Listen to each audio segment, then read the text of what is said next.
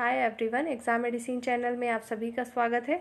इस वीडियो में हम बात करेंगे विश्व भारती एग्ज़ाम को लेकर।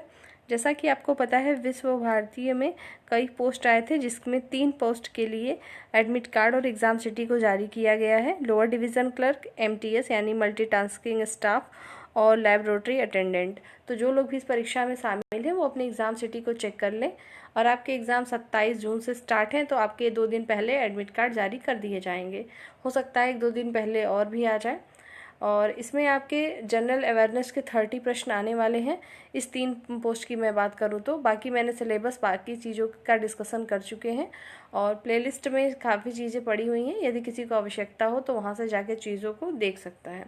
हम यहाँ पे सिर्फ बात करने वाले हैं, आज की टॉपिक है आपकी UGC के बारे में। देखेंगे कि क्या है। जिन पोस्ट में UGC एक्ट 1956 के बारे में पूछा जा रहा है, वो लोग UGC एक्ट को भी पूरा देख लें। और उसके लिए टेलीग्राम पर हम आपको जो PDF है वहाँ पर सेंड कर दिया जाएगा। आइए देखते हैं विश्वविद्यालय अनुदान आयोग के विषय में। ठीक है, UGC को ही कहते हैं। तो सबसे पहले हम बात करेंगे कि भारत का विश्वविद्यालय अनुदान आयोग, जिसे आप UGC कहते हैं, इसका फुल फॉर्म क्या होता है? University grants commission. ठीक है, सबसे पहले आप इसके फुल फॉर्म को ध्यान देंगे और याद भी कर लेंगे। यूनिवर्सिटी ग्रांट्स कमीशन इसका UGC का फुल फॉर्म होता है। केंद्रीय सरकार का एक आयोग है जो कि विश्वविद्यालयों को मान्यता देता है। यही आयोग सरकार द्वारा मान्यता प्राप्त विश्वविद्यालयों एवं महाविद्यालयों को अनुदान भी प्रदान करता है। इसका मुख्यालय जो है नई दिल्ली में है। तो कुल मिला के UGC क्या है? यह एक केंद्र सरकार का आयोग है जो कि जितने भी हमारे विश्वविद्यालय होते हैं या महाविद्यालय होते हैं, उनको अनुदान प्रदान करने का काम UGC का होता है। और इसका मुख्यालय कहाँ है? तो नई दिल्ली में है। इसके जो है 6 क्षेत्रीय कार्यालय हैं। मुख्य कार्यालय की बात करें या मुख्यालय, तो वो नई दिल्ली में है, लेकिन 6 इसके क्षेत्रीय कार्यालय हैं। इनको आपको याद रख लेना है कि वो जो 6 क्षेत्रीय कार्यालय हैं कहाँ कहाँ पर हैं, उनके नाम ध्यान रखेंगे। देखिए, पहला है पुणे, भोपाल, कोलकाता, हैदराबाद, गुवाहाटी एवं बेंगलुरु। इतनी जगह 6 जगह पर है। फिर से देखिए, पुणे, भोपाल, कोलकाता, हैदराबाद, गुवाहाटी एवं बेंगलुरु में है। ठीक है, ये तो रही नॉर्मल सी जानकारी सिर्फ UGC के विषय में कि ये है क्या और इसका काम क्या है।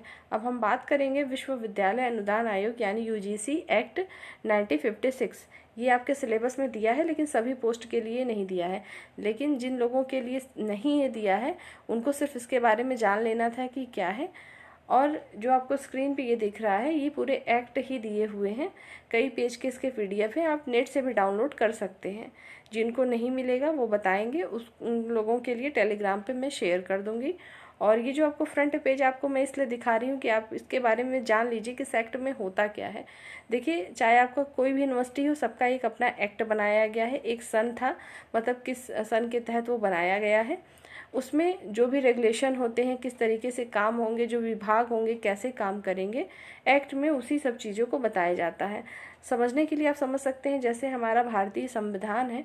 संविधान जब आप पढ़ते हैं तो उसमें आपको कई अनुच्छेद दिखाई देते हैं, आपको कई भाग में डिवाइड किया गया है। फिर उसके तहत अनुच्छेद हैं, उसके बाद सब आर्टिकल्स हैं, मतलब आर्टिकल्स भी हैं, उसके बाद सब आर्टिकल्स हैं। ठीक उसी प्रकार से जितने भी एक्ट होते हैं सभी की अपनी धाराएं होती हैं, उसमें आपको सब धाराएं दिखती हैं। तो उस तरीके से उसको पूरा बताया गया होता है कि जो एक्ट है हमारा UGC एक्ट किस प्रकार से काम करेगा। तो जो आपको फ्रंट में दिख रहा है ये प्रारंभिक है। इसमें क्या क्या दिया गया है? पहले में, मतलब पहली धारा में संक्षिप्त नाम और प्रारंभ, मतलब UGC का संक्षिप्त नाम क्या होगा उसके विषय में बताया गया है। सेकंड में उसकी परिभाषा बताई गई है UGC की। थर्ड में बताया गया है कि अधिनियमन का विश्वविद्यालयों के लिए जो है भिन्न उच्च अध्ययन की संस्थाओं को लागू होना, इन सब के विषय में अध्याय 1 में बताया गया है। उसके बाद आयोग की स्थापना अध्याय 2 में है, जिसमें आयोग की स्थापना। 5वें में है आयोग की संरचना, आयोग की सेवा की शर्तें एवं जो है निबंधन है, फिर आयोग की बैठकें। इस प्रकार से जो जो चीज़ें पूरे एक्ट में लिखी गई हैं, आप कह सकते हैं एक प्रकार के इंडेक्स यानी सूची फ्रंट पे दी गई है कि क्या क्या चीज़ें आपको इसमें जाननी होती हैं। तो ये सारी चीज़ें इसमें एक्ट में हैं कि उसका संक्षिप्त नाम क्या है, आयोग किस प्रकार से काम करता है, उसकी बैठकें कैसी होती हैं, उसकी स्थापना का क्या हुआ है, कब से हुआ है, और जो है इसमें जो भी सदस्य होंगे कौन लोग हो सकते हैं, तो सारी चीज़ें दिया गया है। देखिए, आयोग के कर्मचारी वृंद। कर्मचारी वृंद का मतलब समझ रहे होंगे, बहुवचन प्रयोग किया गया है, मतलब कर्मचारी जितने भी उसमें शामिल होंगे कौन कौन होंगे, क्या उनकी सैलरी होगी, कैसे छुट्टियां मिलेंगी, किस डिपार्टमेंट में काम करेंगे, ये सारी चीज़ें आयोग के जो है कृत्य दिए गए हैं। ठीक है, फीसों का विनिमय और कुछ दशाओं में जो है संवाद का प्रतिषेध करना। ठीक है, निरीक्षण, ये सारी चीज़ें आपके यूजीसी एक्ट में दी गई हैं। उसके बाद देखिए पूरा एक विषय सूची है, फिर उसके बाद जब आप देखेंगे तो आपको यहाँ पर देखने को मिलेगा। जैसे देखिए अध्याय 2, एक एग्जाम्पल के तौर पे देखिए आयोग की संरचना। इमेज थोड़ी ब्लर है क्योंकि मैंने इसको डाउनलोड किया था, आप उसको डाउनलोड करके देख भी सकते हैं।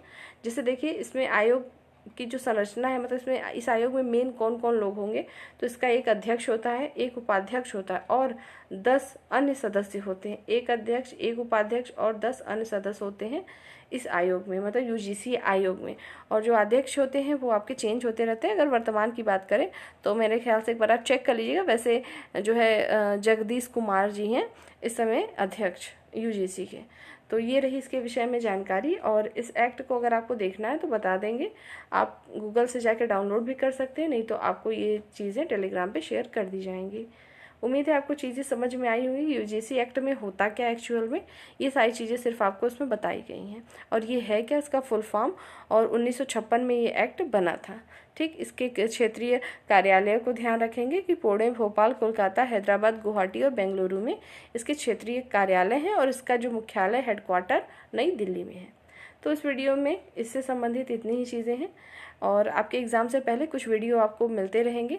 यदि आप चाहें तो वहाँ से अपने जो है रिवीजन को और बेहतर कर सकते हैं। इस वीडियो में सिर्फ इतना ही। नेक्स्ट वीडियो में हम फिर मिलेंगे, तब तक के लिए टेक केयर, जय हिंद।